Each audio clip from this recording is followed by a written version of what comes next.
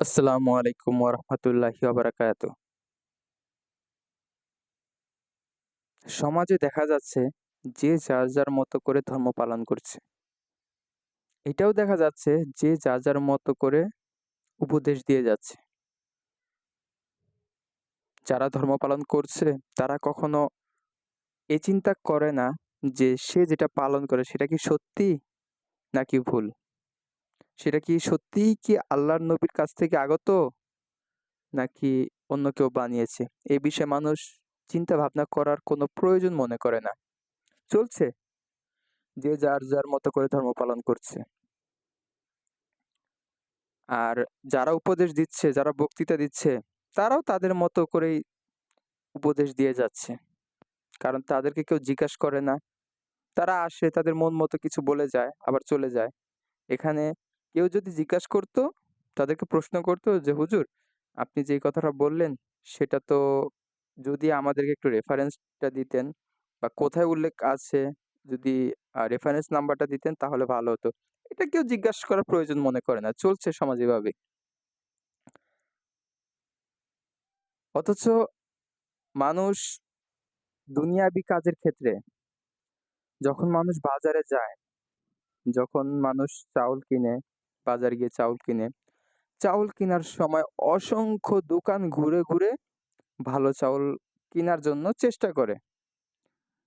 আবার যখন অন্য কিছু করে, মেয়ের বিয়ে দেয়, মেয়েকে যখন বিয়ে দেয় তখন ছেলে কি করে, ছেলের গার্ডিয়ান কেমন, ছেলের ব্যবহার কেমন, আদব-কায়দা কেমন, সবকিছু খুঁটিনাটি যাচাই-বাছাই করে থাকে। কিন্তু যখন ধর্ম পালনের কথা আসে, ইসলামের কথা আসে, তাদের হুজুরেরা, তাদের আলেমদেররা তাদেরকে যাই বলে তারা তাই শোনে। তারা কখনো প্রশ্ন করে না। কেন? এই দুমুখী নীতি কেন? আপনি বাজার গেলে একটা কিছু কিনতে গেলে আপনি সারা বাজার ঘুরে যাচাই-বাছাই করে তারপর কিনেন। এটা দুনিয়াবি। আর যেটা আখিরাতের ইবাদত সেটার জন্য একজন ব্যক্তি যাই বলে আপনি সেটাই শুনেন। একটা বইয়ের মধ্যে যা লেখা আছে আপনি সেটাই মানেন। আপনি কখনো যাচাই-বাছাই করেন না। কেন যাচাই-বাছাই করেন না? আপনি কি বুঝেন না? কে বলেছে আপনি বুঝেন না? আপনি অবশ্যই বুঝেন। কেউ যদি বলে যে আপনি বুঝেন না তাহলে যে বলে সেই বুঝে না। আপনি সবকিছু বুঝেন। আপনি ভালো চাউল কোনটা, ভালো গোস্ত কোনটা, কোথায় ভালো টাকা পাওয়া যায় সবকিছু বুঝেন। কিন্তু ধর্ম পালনের ক্ষেত্রে আপনি বুঝেন না। এটা তো আর একটা অবাস্তব কথা। আপনি অবশ্যই বুঝেন। তাহলে আপনি যাচাই-বাছাই কেন করেন না? কেন আপনি যাচাই-বাছাই করেন না? আচ্ছা,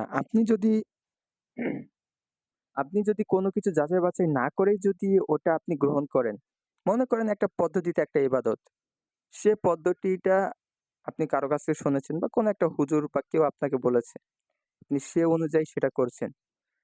কিন্তু সেটা যাচাই-বাছাই করে আপনি যাচাই-বাছাই ছাড়া সেটা গ্রহণ করছেন, তাহলে ক্ষতি আপনি কার করছেন? হুজুরের ক্ষতি করছেন না আপনার ক্ষতি করছেন? ও যে হুজুর বলেছে সে যদি আল্লাহর নবীর কথা যদি না বলে থাকে, তাহলে তার শাস্তি তো সে পেয়েই থাকবে। কিন্তু আপনি যে যাচাই-বাছাই করা ছাড়া যে আপনি জিনিসটাকে গ্রহণ করছেন, তাহলে বেশি ক্ষতি তো আপনার হচ্ছে এখানে।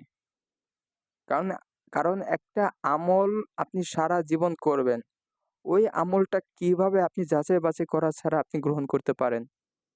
কিভাবে?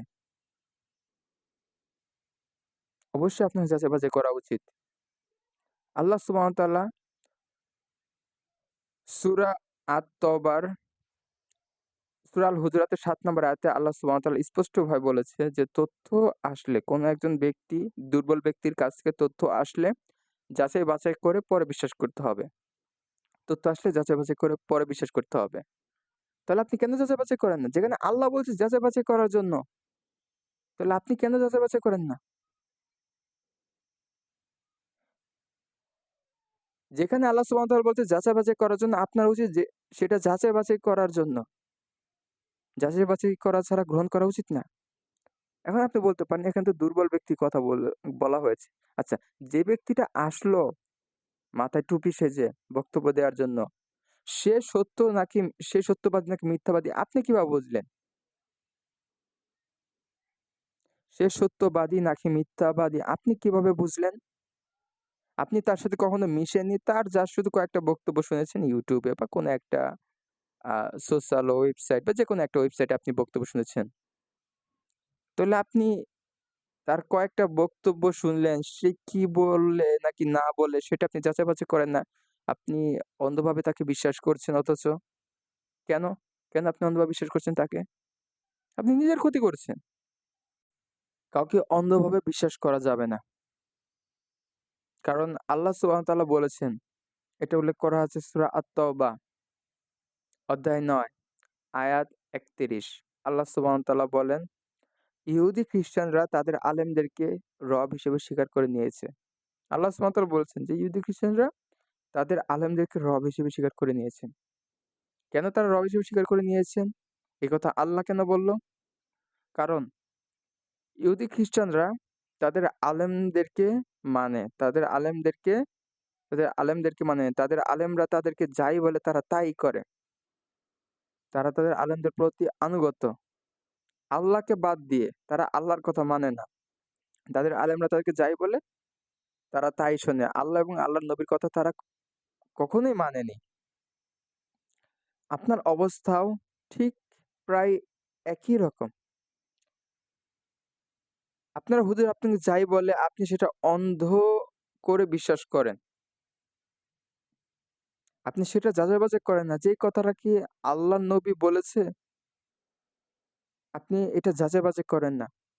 আপনি অন্ধভাবে বিশ্বাস করেন।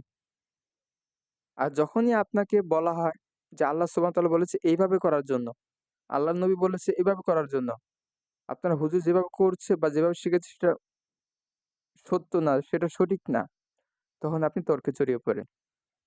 আরে ভাই আপনি তর্কে জড়াচ্ছেন কেন?